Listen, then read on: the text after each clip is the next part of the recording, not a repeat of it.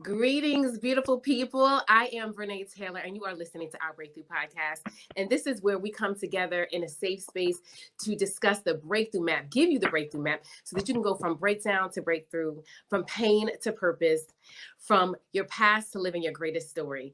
So today we've got a really, really big treat for who we have in the building. This is amazing that I even got him here.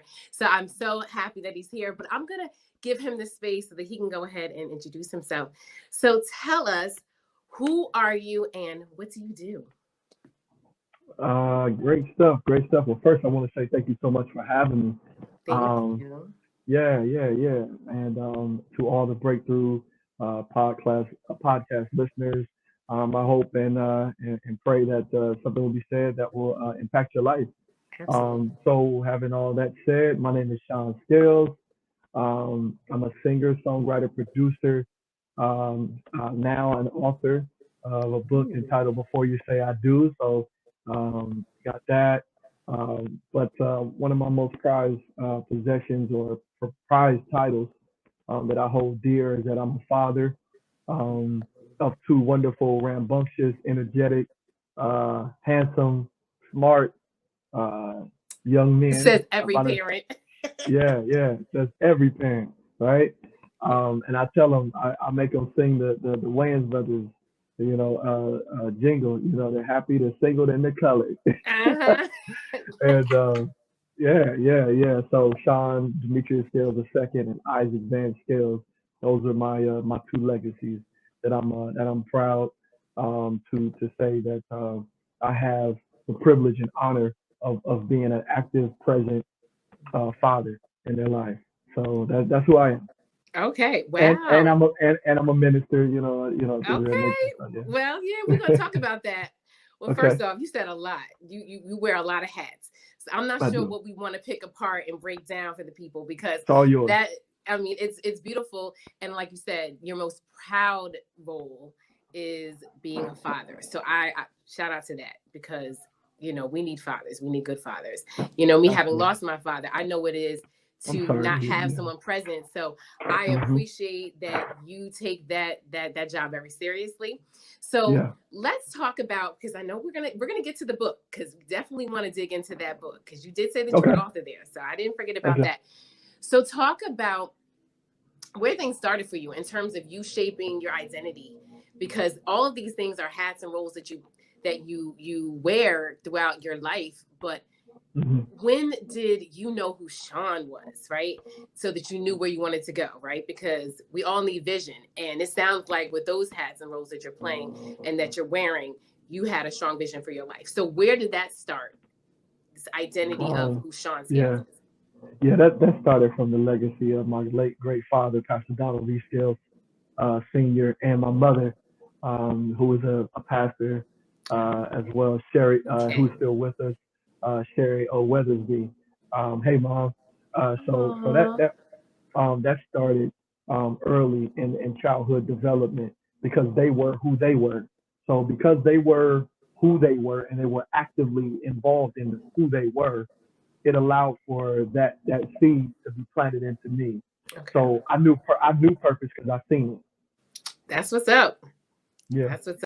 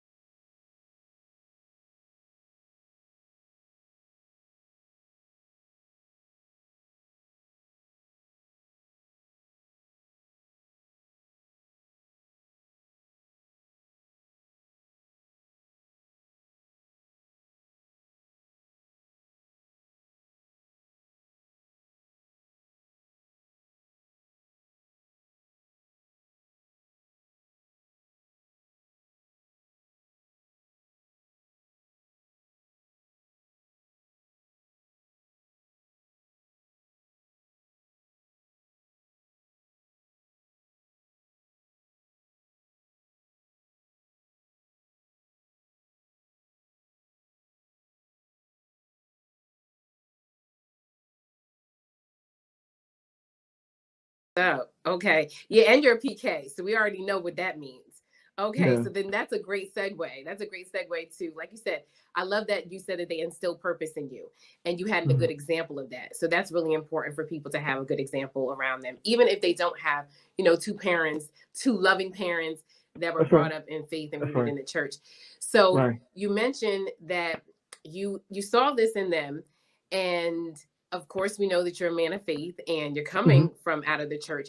So talk about your your relationship with God and Christ and where that started for you. Because of course, as a young boy, of course you go to church, maybe you're in the choir, maybe you're singing, you're seeing, your father preach, or you have vacation Bible school, maybe you're doing things on the summer and you Hmm. have a lot of activities. But where do you believe that your relationship started, where you really wanted to know God and who you were in God a lot more? So talk about that.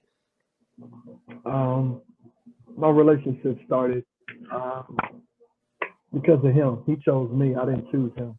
Okay. Um, and so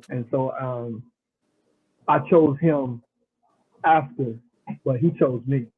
Okay. And So talk about that. what? What do you mean when you say he Yeah, chose yeah. you? Yeah. So, so what that means is that when I look at the things that I've been given access to, having parents who were pastors, who were active in that, having two-parent homes, having a father, having a mother, having a stable home.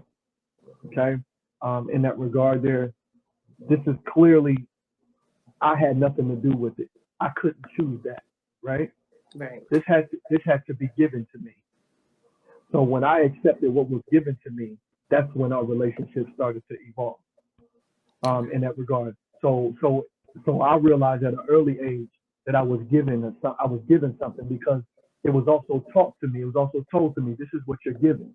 And then as I got older, I began to see what other people were given, not in competition or opposition, but I'm looking over and I'm seeing, because sometimes we look at ourselves and like, man, I ain't giving this. But there was a lot of things that I wasn't giving, um, what have you. And so I'm looking over and I'm like, man, we all have something that we weren't given, but we all have something that we were given, and that was the foundation. Now, Mm-hmm. now the rest is on the summation of the choices that we choose, and the things, and coming into contact with this God who has already planned everything out for you. So when I start hearing stuff, I knew you before you were in your mother's womb, right? Yeah. And I did this, and I did this. Yeah. I'm sitting here listening, and it's becoming clear. Everything is being said, right? Acknowledge the Lord in all your ways, and He will direct your steps. Mm-hmm. It's not in man to direct his steps. It's not in him to do that, right? All these things are scripture. So when these things start to come inside and it's well rehearsed, we are the sheep of His pasture. Then I begin to understand, like, I didn't choose you. You chose me. Only Mm-hmm. thing that I get the chance to choose is the fact that you chose me. Yeah. So we over here choosing one another. You know what I'm Yes, but saying? You know? it's funny. I love that you say all of that. And of course, for some people that have never been in the church, right? Some people never will walk into the church, right? They may not know the That's right. word like you just, so eloquently, recited it. Talk to me about how old you were to actually receive that and take that in and understand. Like you said, he's talking about me. He chose me. Because as a young person, you don't know that. You really don't know who is this God? Who is this masterful, higher power that is watching over me, that's protecting me, that's directing, like you said, directing and ordering my steps. At what age was that they started talking to you about it?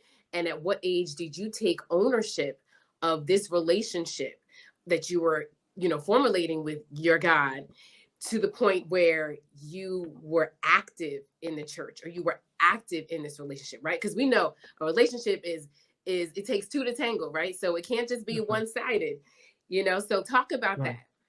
that. Yeah, yeah, awesome questions. And um, I'm a firm believer that we need to um, remove all ambiguity, which means to be unclear. So when I say chosen, I was given a gift. Okay, I'm gonna put, to make it clear. Like you remember Clash of the Titans, Yes. the latest one. The latest one is a little older. Clash of the Titans, I think 2014 when it came out. Okay. I love it. Even though it's dealing with Greek mythology, that's the part I don't deal with. But I love it. I love some of the things because it gives a little bit more sight to those who don't see what I've seen on the spiritual end, right? Mm-hmm. So we can have analogy. So Perseus is saying, yo, man, I know what y'all saying. I'm chosen. I hear what you're saying, but I'm a man and I'm out here, right? Mm-hmm. So guy gets chosen. He's getting ready to go out to war, and he looks over, and there's a sword. And this sword appears. The guy training him clearly looks over and says, you are the son of Zeus. Mm-hmm. Ain't nobody getting no swords over here like this. This is your sword. He says, here, you keep it. You do it. You what? He said, no, I'm going to keep it. You stubborn. You hard-headed. And I'm going to hold it for you. All right, so bring it into maturity. So I was given a gift to write songs. Okay, how old were you when that happened? When you knew that you had the gift? Like, when did you start taking piano? Was it 2? Was it 5? Was it 9? Like in between 5 and 8. See, I was gonna say because you came out the womb playing. You came out the womb writing. In between 5 and 8, I was writing. I was trying to make up songs when I couldn't, particularly play. I was trying to make up songs to. I had a single. Remember they used to have Singalodians before karaoke machine. I had one of those. Okay. So I would take the tape deck and I'll be singing.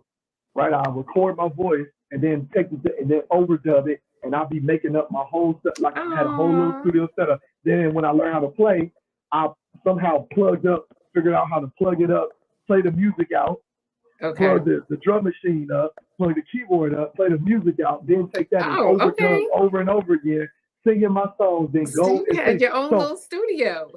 So watch this. So now this is with nobody coercing me to do anything. It's just me doing it, right? Yeah. So I'll make this song up called I Made a Vow to the Lord. This is crazy. You're so young and you made a song up about the vow you made to the Lord. That's so then I made another song called Sold Out to Jesus. Wow. That's then deep. I made another song up called I Don't Walk Like They Walk. I'm in the world, but not of the world. Wow. Okay. So now we talking about this gift. Okay. So you really did get this gift. You're right. You really were chosen. So watch this. So the gift was talking to me. I was so busy displaying the gift. Yeah. Right?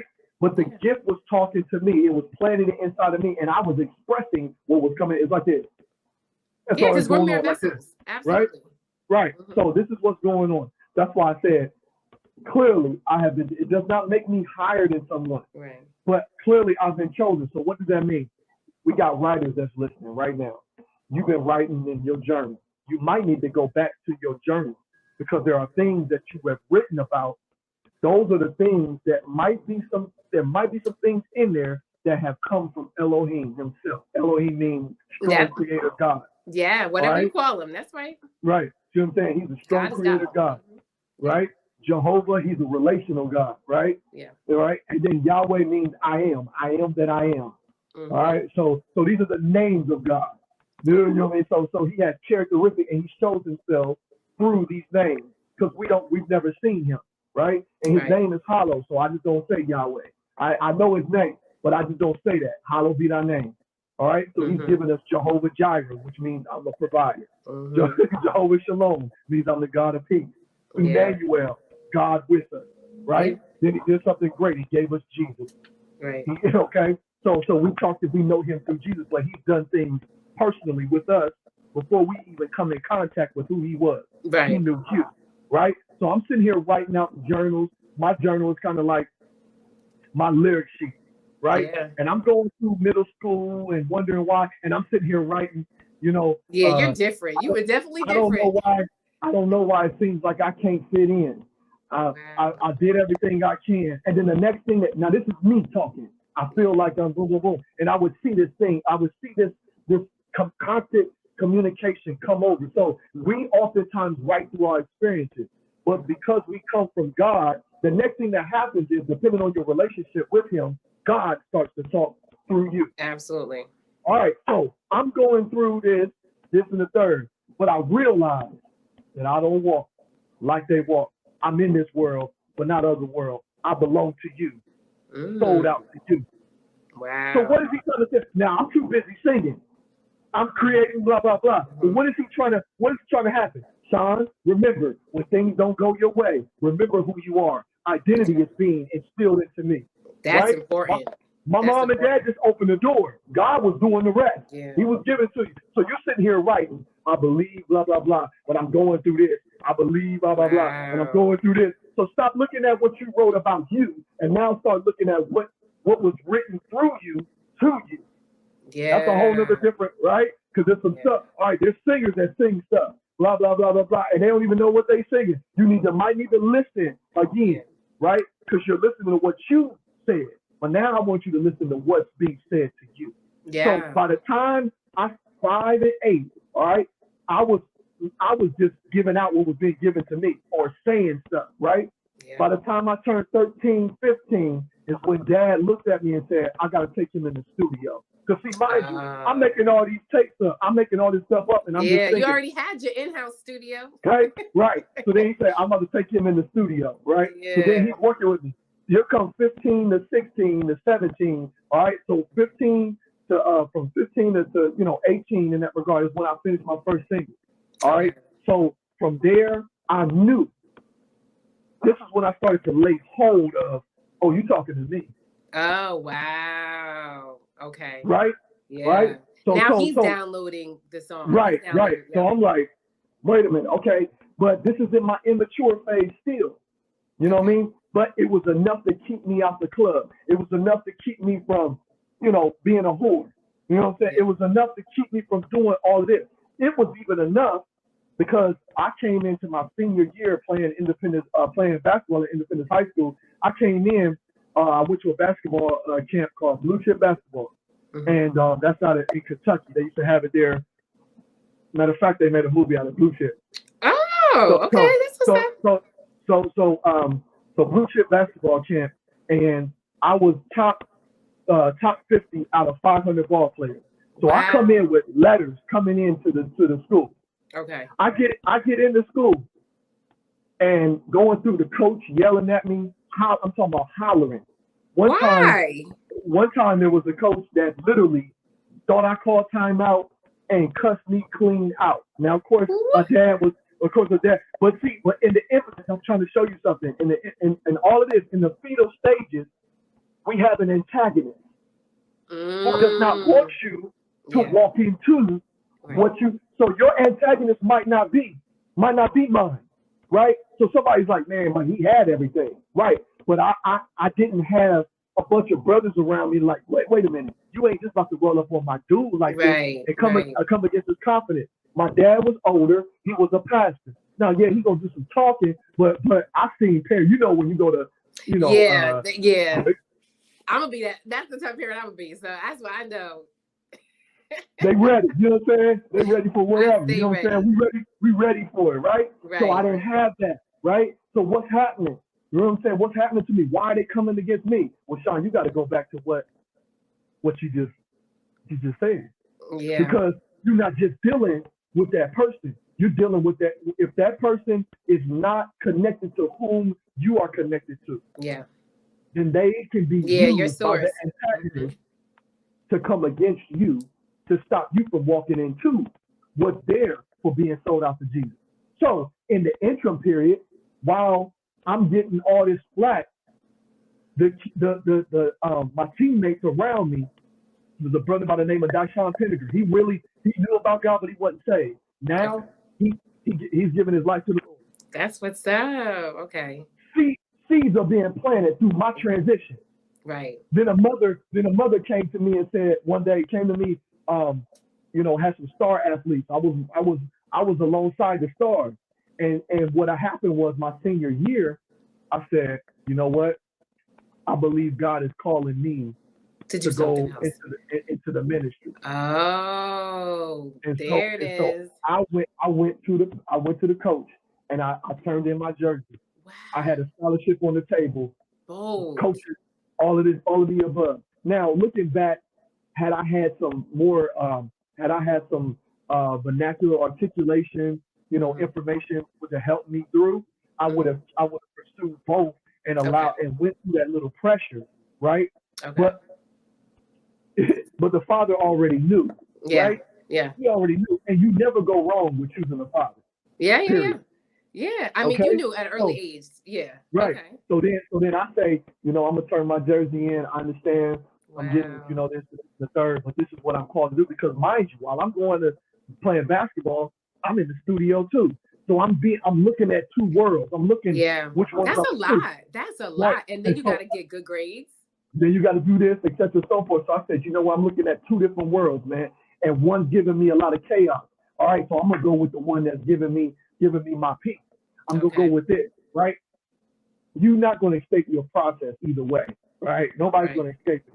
And the process is to ultimately come in contact, not with what you're gifted to do, but with who called you to do it. Ooh. All right. So say that again. Say that again. Run that back. Yeah. It's not about what the gift is, but say that again, please. It's not. I'll put it like this. It's not about what you're gifted to do. Yeah. It's about who gave you the gift. Okay. It's the gift giver. Most of us choose the gift over the gift giver. This is why you have one-hit wonders. This is why you have people who sell out. This is the reason why you have up today, down tomorrow. What happened, right? Because they choose the gift. Mm-hmm. And nobody talks to the gifted people about there's two choices you got: gift giver and the gift. Understand, if you choose the gift giver will maintain you. Yeah. See, what happens is people die that are gifted. Yeah. I'm gonna tell you, I come too far. I've been given too much to realize, and I realize at this point, I'm more valuable than my ability. Okay. My sons need me not to play keyboard, not to preach, not to sing. They need you. They need me. Yeah. So now what happens is when I chose the gift giver says, now I'm about to start ordering. I'm going to show you how to live your life. Yeah. I'm going to show you priorities because there's no blueprint to what you're trying to do. Yeah. Yeah. Right? Guess what happens? 27, I get married. 2 weeks later, my dad dies. Ooh. Oh my goodness. So first off, hold on. We got to take a pause for a minute because you said a lot. You downloaded a lot. I hope whoever is listening right now that you are taking notes because, man, I'm trying to catch it.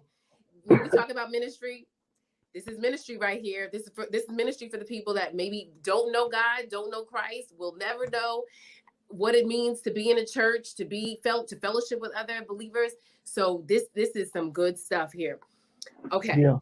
Whew, you said a lot, and we're gonna wrap it up and reiterate at the end because I definitely want people to get this, and they definitely gonna have to play it back. I know I'm gonna have to play it back. So I appreciate you really talking about this and really speaking into the people's hearts about what you went through, and really not even just about the gift, like you said, it's the gift giver. It's about being connected to the source. So that is so important to get. So now you say you're 27, which is super duper young. Okay, let's talk about that. And you say you get married. Okay, so where did you feel like you were called to get married? Do you feel like God chose this person for you? And remember, because you talked about him ordering your steps, right? And how there's a blueprint for your life at this point. Now that you decided, okay, I'm going to go where God is calling me to go, right? So talk about that. And then you say your father passes 2 weeks later. Mm-hmm. Whew, okay, let's get into that. Yeah, so you asked if I felt like God chose the person for me, et cetera, and so forth. What I know is I was preaching at 25 in my dad's church, I remember, and I prophesied that I would get married at the age of 27. Now, wow, okay. So I'm sitting there preaching, and I just randomly say, I'm going to get married at the age of 27. Right? And you tell the people? You told them? Yeah, I was preaching, and I don't know what I'm preaching about, and all of a sudden it's right there. It's funny. So anyway, I knew I was going to get married because it was revealed to me. But see, the reason why you got to choose the gift giver is because the gift holder is not prepared for the gift they were given. Ooh, say that again. So the reason why you got to choose the gift giver is because oftentimes the gift holder is not prepared for the gift they were given. Yeah. Wow. So you could be a phenom for all I care.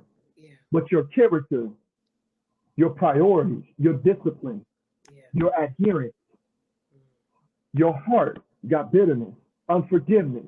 You deal with anger, depression, suicide, Wow. right? Inferiority, insecurity. Yeah. The gift holder is flawed. The gift giver is not. The gift is pure. Yeah. But the gift holder is the one that had to deal with the trauma, the drama, all of the above. Yeah. So now instead of the gift, God is seeking not just to be your God, but to be your Lord.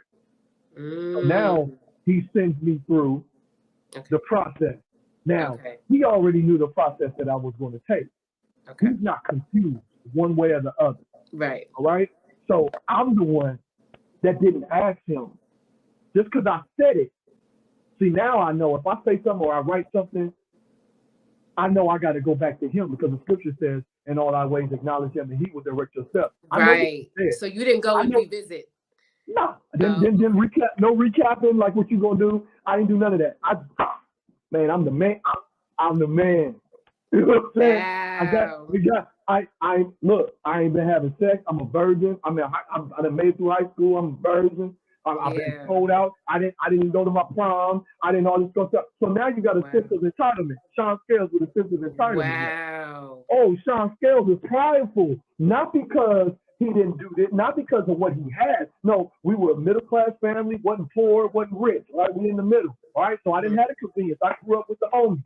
You know what I'm saying? So I know what it is, all right? So not proud and rich and this and that and Christian, think they all that. You know, there's levels of pride. I want to let you know. There's levels of pride. And because God is who he is, he don't tolerate that. You're not going to have his gift and be successful long term in his gift if the gift holder is flawed. So he going to deal with you. You don't even know you got flaws. Sean don't even know he in rebellion. I'm the first one in church with my dad, last one to leave. Always there. I mean, what? Ain't nothing wrong with me. Ain't nothing wrong with me. So you was feeling a little elevated. Oh, okay. Unknowingly elevated and not knowing, right? Because I yielded to my strength. My strength was singing, preaching, making songs, creativity, business acumen, all of the above. So I'm yielding to my strength to hold me up over the insecurities and the flaws that I'm going through when I live everyday life, not knowing how to live everyday life as a gifted person, but understanding how to relate. I didn't have those problems. I had no problems. I had that. I had two parents.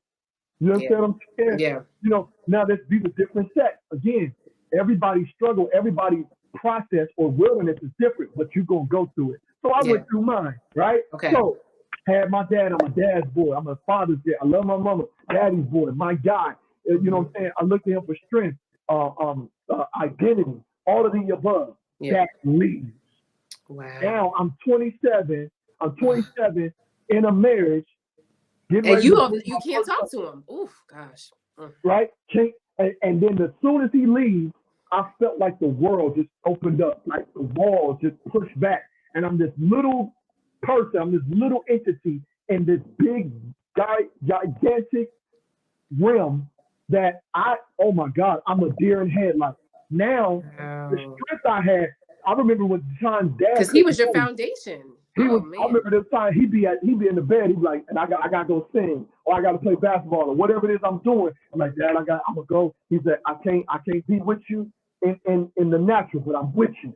And I didn't need no entourage. I was raised as the only child, even though I got 13 brothers and sisters. Okay, I was raised as the only child. We can dive in that on part 2. But anyway, so I was raised as the only child. Okay. You know what I'm saying? In that regard, there for the most part. Okay. So then he would be, you know, at home, and my mom be praying, and like, we got you, son, we got you. And I feel like I had 10,000 people with me. So this little cat, tall, slinky dude, rolling, doing what he do, feeling like, looking like, man, this joker where he roll hard. You know what I'm saying? Yeah. That's gone. That's gone. Yeah. Now I'm 27. Marriage, first kid, right? There were some things that I know if he was alive and he was in his, you know, really in his, you know, had all his faculties, we would have had, because he was a wise man. Yeah. Right. So these endowments are up on me. So we would have been able to have some conversation. Okay. And you think he would have been able to help you navigate through some of that? Help me navigate it, or don't even start it. Oh, not even get married. Wow. Not even do it at this time. Because in some instances, he would say, stick to the ministry, stick to your music. He would say that a lot. So stay on the path. Okay. But because he was fading and he knew, he looked and when he seen that I brought someone in, and he looked and he said, okay, I see you. You know, because I truly believe he did not want me to be alone. Yeah, I know. I do feel like that. So he left me with something. He wanted me to have his blessing, right? Yeah. But this is where God is just not some big, massive object, because the scripture says, when your mother and father forsake you, everybody at some point, your mother and father will forsake you in some way, form, or fashion, whether it be through death, or whether it be through absenteeism, all right, or whether it be through distance. There's going to be some level, form, shape, or another of forsaking.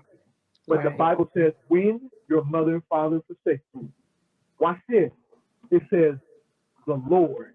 Did I just tell you earlier that God does not just want to be your God? He's got to be your Lord. All right. So now the Lord will take you up. Now I'm going to show you that you got to come to me. There's nobody else but me. Right. I'm going to show you how. I'm going to show you I'm realer than a song. I'm realer than a business plan. I'm realer than your gift. I'm realer than a Sunday service. I'm realer than your Sabbath worship. I'm realer than this. I'm realer than a pat on your back that people or applause. Yeah. I'm realer than the billboards. I'm realer than the awards. I'm realer than all that. I'm realer than the haters. I'm realer than all that. I'm realer than that. Yeah. I'm your Lord, right? So I get married. We go through hell. Now, when did this hell come? Did it come in first 3 months, 6 months, the first year? First year. Okay, well, they say that the first year is supposed to be hard, right? You getting to know each other. So you living with someone for the first time. Right, and you know why? Because we are ill prepared for marriage itself. This is the reason why they garnished the statistics, because statistics are a calculation of events that happen repeatedly over and over again. So that's why they're able to say it. That does not mean that that's true. It only means that if you are a part of the culture that they study. Right. Hold that for a minute. Yeah. All right. So if you're part of the culture, now when I mean culture, I'm not talking about just black people. I'm talking about people in this world. In America, in our country, we are not taught about relationships. Come on now. We are not taught about finances. We are not taught about these things. So we make moves repeatedly. A white man can make the same move as a black man, a Chinese man that comes over and lives under this regime. But if you go talk to an African, they live under different protocols. They live by different adherences. They have different guidelines. They see things from a different lens that we don't see things from. So they sit back and watch you make the mistake. They know you're going to do it. Yeah. All right? And so this is why statistics have been formed. Not because they're real. They're real because we keep doing them over and over again because we were not taught. All right? So I was not taught about, listen, I need you to check out the report of the person you're marrying. The report. Do they keep a job? Ooh. What do they have without you? Why do they even want you? Ooh. Besides your genitals. Yeah. Besides your lips and your good looks. Okay. What's the last relationship that they've been in? How many have they been in? What happened in those relationships? What's their mental capacity? That's another thing we don't deal with in our country. So come on now. All right. So, and then look at their family history. Do they know their family history? Does divorce run in their family history? Because if divorce runs in that family history, it's going to come after your relationship. If divorce runs in your family history, it's coming after you. If your family suffers from mental illness, it's coming after the you. Generational, anybody you're connected to. So now I need you to know what your generational curses are. You know, we all, you know what? He gets the hoops for me. He gets the long legs for me. What else did I get from you? Right. Right. What else did I get from you that you got from so-and-so, that you got from so-and-so, and so-and-so, and that should trace back to Adam and Eve, which is a fallen nature.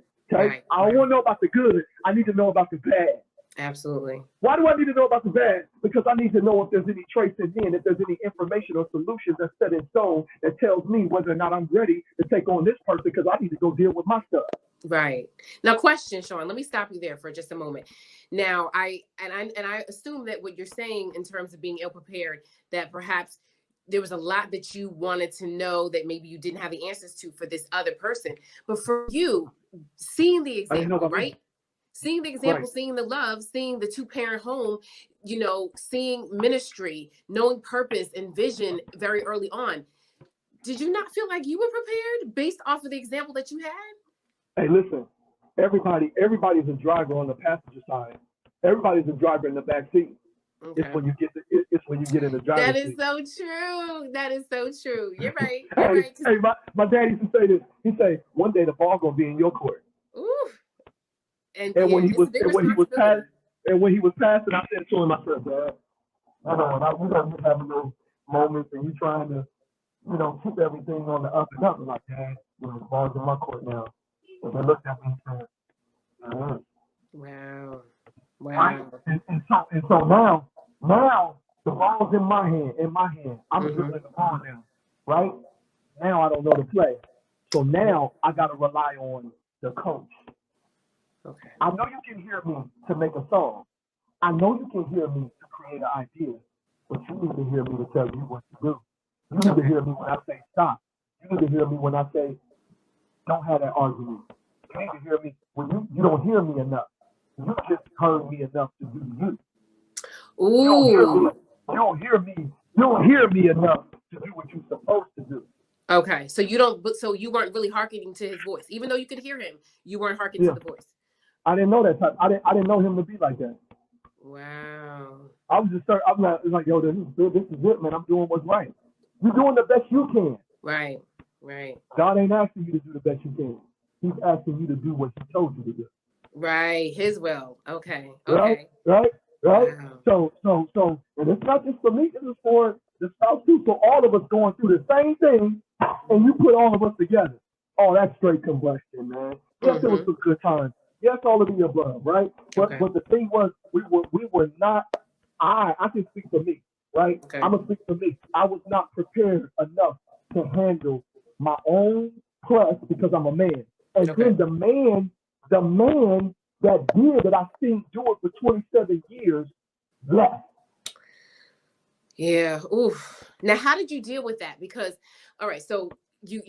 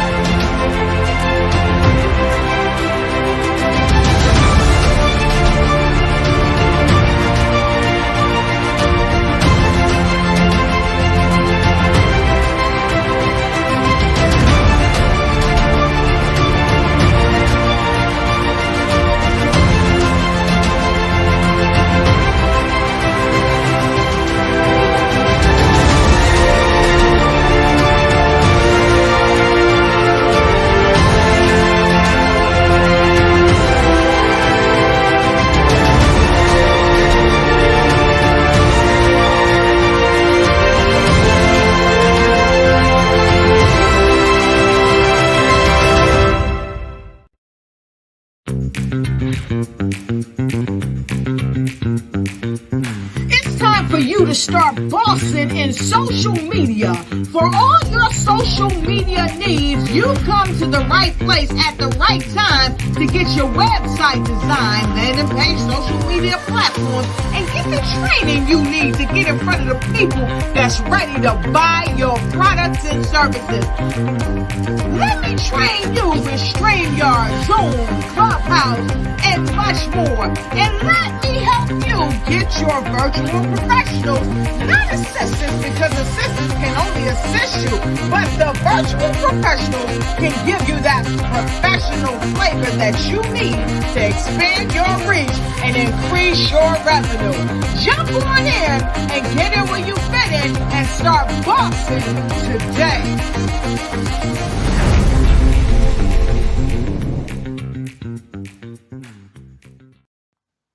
Genius is common. And my genius is nutritional strategy.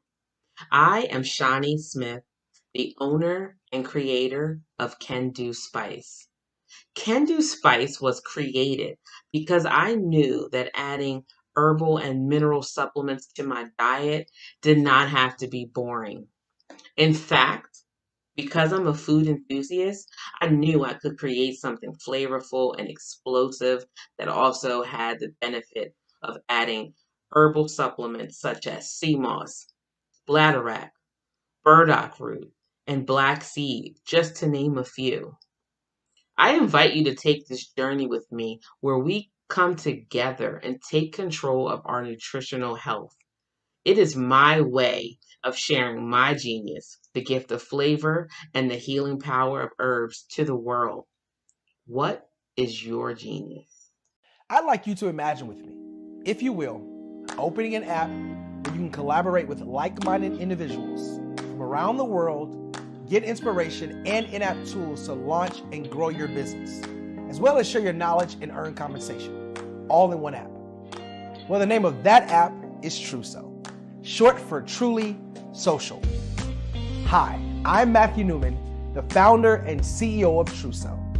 A new concept in social media, Truso is designed from the ground up to be a platform that's both social and empowering for all its users. How exactly do we do that? I'm glad you asked. First, Truso brings the world together via video. Psychologists assert that video provides a significantly more effective connection than audio only. When you enter a community on Truso, you're face to face. Second, on Truso, you don't have to have 1 million followers to monetize. Our business model allows all hosts and moderators to monetize, no matter the size of your following, by 1, producing fee-based content, and 2, inviting others to join the platform as subscribers. Even more, Truso has an in-app resource library with over 100 free resources, forms, and documents to help you build your brand and grow your business. Third, Truso is inclusive. The deaf and hard of hearing communities make up 360 million people worldwide. Unlike audio-only apps, Truso embraces this community, providing a networking platform that allows them to participate via video and closed captioning. We even have a deaf and hard of hearing foundation in the works as well. Fourth, Truso is both social and safe. We refer to Truso as a virtual extension of the beauty shop, barbershop, and brainchild of the community. A place where there's laughter, along with wisdom, growth-oriented conversation, and genuine connections in a safe space. Truso even has proprietary security to ensure we maintain a safe environment for everyone. Where are we at now? Truso is live, y'all. We've launched in beta and we're acquiring users daily. We have an incredible development and marketing team, plus amazing celebrity influencers at the table, helping us spread the word around the globe, beginning within the African diaspora and beyond by creating a safe space for growth, connection, and collaboration. We're truly excited about Truso. We've created something special for which there is a global market. And we invite you to embark on this journey with us as a shareholder. The future for Truso is truly bright. Join us and let's go there together.